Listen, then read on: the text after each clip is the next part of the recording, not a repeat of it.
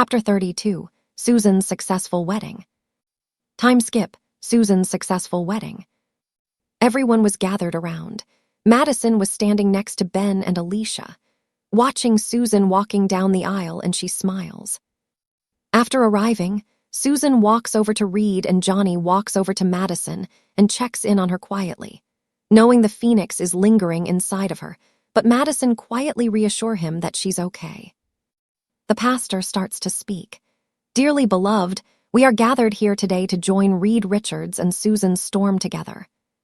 Suddenly Reed's PDA starts to beep again, and Susan looks over to him like she wants to kill him. In holy matri, the pastor stops speaking for a moment as he looks over to them. Susan whispers to him, "What is it?" Reed looks up from his PDA and looks over to Susan. Venice is sinking into Adriatic. Ben sighs to himself. Oh boy, that's a biggie. Susan looks over to the pastor. Could we just skip to the end? Reed looks over to her before back at the pastor as the pastor spoke. Yeah, the love these two share. Reed cuts in. No, the very end. The pastor sighs as he nods. Yeah, great. Do you have the rings? Ben pats his pockets to check and walks over to Susan and Reed. Here. Susan smiles as she grabs her ring, and she watches Reed put her ring onto her finger, and she does the same to him before looking at the pastor. Oh, yeah, I now pronounce you man and wife, and you may kiss the bride, the pastor tells them. Susan didn't waste any time and kisses Reed, Madison, and Johnny as Madison wipes tears from her eyes.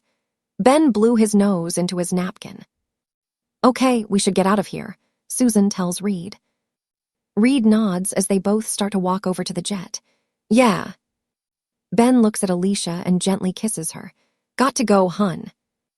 Okay, Alicia says as she smiles. Johnny, Ben, Susan and Reed arrive at the jet, and Susan stops for a moment. Susan stops Reed. I have to throw the bouquet. She looks at the girls, including Madison. Ready.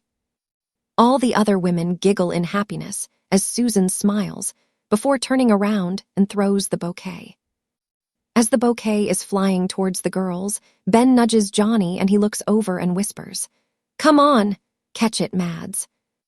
Madison manages to catch the bouquet, and she smiles as Johnny quickly does a fist pump to himself that Ben caught, but he doesn't push it. Madison walks over to the jet and gets into her seat, and everyone does their logo in the sky again before heading on over to Adriatic. The end of the rise of the Silver Surfer.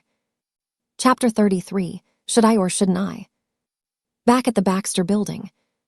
After dealing with Venice sinking into the Adriatic, Reed paces back and forth in his lab, holding the folder about Madison, and he breathes in and out. Reed! A voice calls out, and Reed looks over to Susan as she walks in. Susan looks at Reed and notices the file, worried about telling her. Reed sighs as he nods. I don't want to mess this up. I mean, she spent her whole life not knowing who she is, and now I'm going to drop this bombshell on her. Reed sits down at his desk as he holds his head. Susan looks at him and leans against the desk next to him. You've been carrying this for years, Reed. It's eating at you. Reed breathes in and out again as he flips the folder open again. Because it's not just news, Susan. It's her entire identity. Everything she believes about herself, about her life, it chases the moment she hears this. Susan looks at the folder before looking at Reed. You know she trusts you. Reed looks at her. I know, but I'm worried that she would think differently about herself. Something dangerous. You think she'll think we only took her in out of pity? That we saw her as a project, not a family? Susan asks as she looks at the file. Reed nods as he puts down the folder. Yeah, I don't want her to think that at all. She is family. Susan thinks for a moment before looking at Reed. You need to tell her. She deserves the truth, even if it's hard to hear.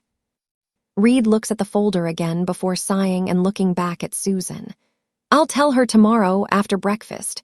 Like you said, she deserves to know who she is and who she comes from. Susan does a little smile before kissing his cheek. She's stronger than you think, Reed. Stronger than any of us realize. Reed does a little chuckle. I mean, Besides him loving her for her personality, I do believe Johnny loves her for how strong she is. Susan laughs at that. He does, but in his own Johnny Storm way. Reed's smile disappears as he looks at the folder. I just hope that when she finds out, she still believe we're her family. Susan looks at him for a moment. She will, she always have. Chapter 34. Madison finds out the truth. Time skip, the next day. Everyone has finished their breakfast, and Reed looks over to Susan. Susan looks at Reed as Reed asks her, "Can you stay here for me and Madison, as a emotion anchor?" Susan looks at him before she smiles and nods. "Of course, I will." Reed smiles before breathing in and out and walking over to Madison. "Madison, can I talk to you for a moment?" Reed asks Madison, not noticing a pair of wheels as feet. Madison looks over to Reed as she puts down the screwdriver. "Of course, what's going on?" Reed breathes in and out. "I know you've seen your parents, one in your dreams, and another when the Phoenix tried to control you." Madison looks at him confused before Reed continues. "I need to tell you the truth. I've been hiding this since you were here." Reed hesitates before grabbing the folder from Susan and passes it over to Madison. Madison grabs the folder, and she reads the contents. Name, Madison Hunter. Spices, mutant. Level, 6. Parents, Jean Gret and Scott Summers. Powers, creation. Madison blinked, rereading the words. Once, twice, a third time. Her throat tightened. This can't be right," she whispered, her voice barely audible. Reed took a step closer. "It's the truth, Madison. You're not just gifted. You were born extraordinarily. Jean and Scott sent you here to keep you safe from the Phoenix, from everything that came after." Madison looked up at him, her eyes glassy. "You knew all this time?" Reed nodded slowly, shame written across his face. "Since the day you arrived when I was a child, I promised them I'd protect you, but I didn't know how to tell you without changing everything you believed everything about yourself." Susan moved closer, her voice gentle but steady. "Madison, your parents loved you enough to send you somewhere they knew you'd be safe. Reed only kept this from you because he wanted to make sure you were ready to hear it." Madison's breathing grew uneven. The room suddenly felt smaller, heavier. "Jean Grey, Scott Summers," she murmured, the names foreign yet achingly familiar. "That's why I saw Jean before the Silver Surfer sacrificed himself, why I feel them sometimes." Reed nodded again, his voice quiet. "Because they're a part of you in every way that matters." Madison lowered the file to her lap, staring at the page through a blur of tears. "All this time, I thought I was just lucky accident, a cosmic mistake." Reed crouched down in front of her, his tone gentle but firm. "You were never a mistake, Madison. You're proof of what happens when two powerful forces create something new, something beautiful.